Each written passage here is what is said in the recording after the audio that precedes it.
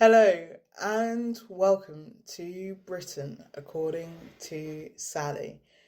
This YouTube channel examines the performance of all British Prime Ministers of all time in an effort to rank the best British Prime Minister. So sit tight for insightful views and a contemporary perspective straight from the home county of the current PM, commentating on our PMs straight from Surrey, a county probably more strapped than Compton.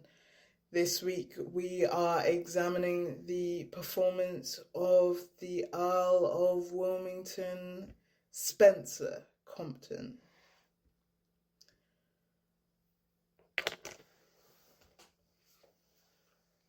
My views on Britain's second Prime Minister will be coming straight out of Compton's biography. Spencer Compton, the reluctant Prime Minister and the office that hardened, part of the 6-part series by Gordon J. Mackenzie, which I highly recommend. So, when Spencer Compton took office, he had a difficult task: to meet the demands of the public, the Crown, and the House without looking like Walpole. This was because Walpole's dominance in public office grew to be disdained by so many. This was primarily due to the length of his tenure of over 20 years, a record that still stands. The contradictory demands that Walpole's office gave rise to was that the system of government he created needed a leader.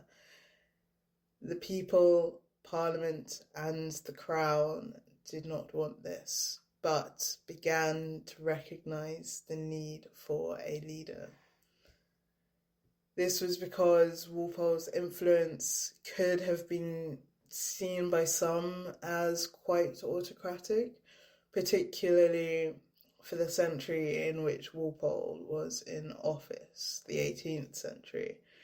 Wilmington's task, therefore, was to fulfill the role without looking like he had the power or influence of Walpole, and definitely not the level of authority. His role, in my view, was an inverted one, which undermined the legitimacy of his authority in government. Some may view Wilmington's time in office as weak because of his inability to control the House or create a compelling narrative for the people.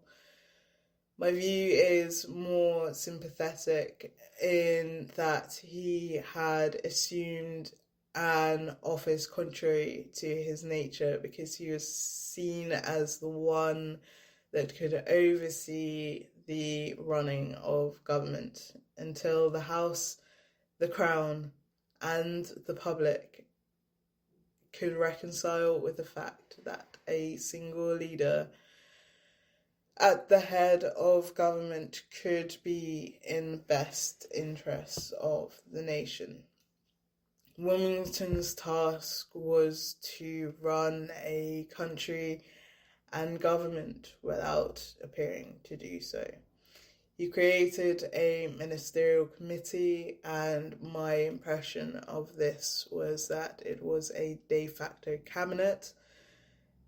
The ministerial committee meant that the concentration of power that Walpole had was dispersed in Wilmington's government, among ministers who were also vying for the position that Walpole had held. Wilmington had managed these interests and also had to try to prevent factional disputes that led to and fed into competing motives within the ministerial committee.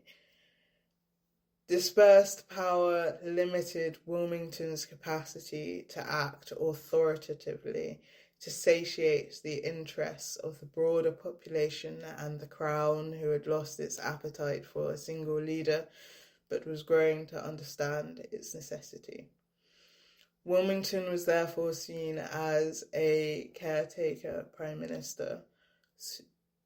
So while the English Constitution was determining the nature and demands of the role, he was ensuring that the machine of government did not collapse in on itself.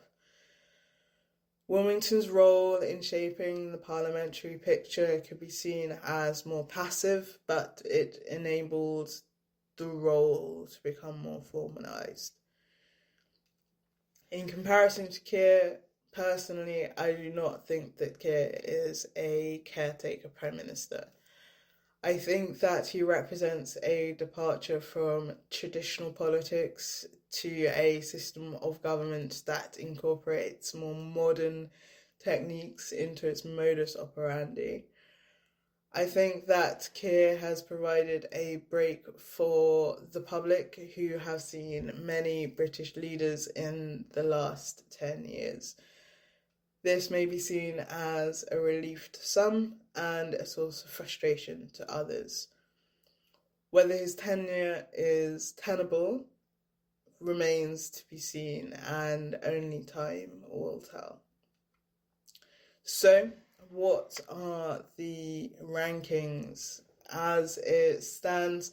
Wilmington trails behind in second place, with Walpole, who is in the lead, in first place. So please like and comment your perspective, and if you agree, please hit the notification bell, little Ben, for new webisodes, and subscribe to keep up to date. Thank you for watching. Tune in shortly for more on The Score. This has been Britain, according to Sally.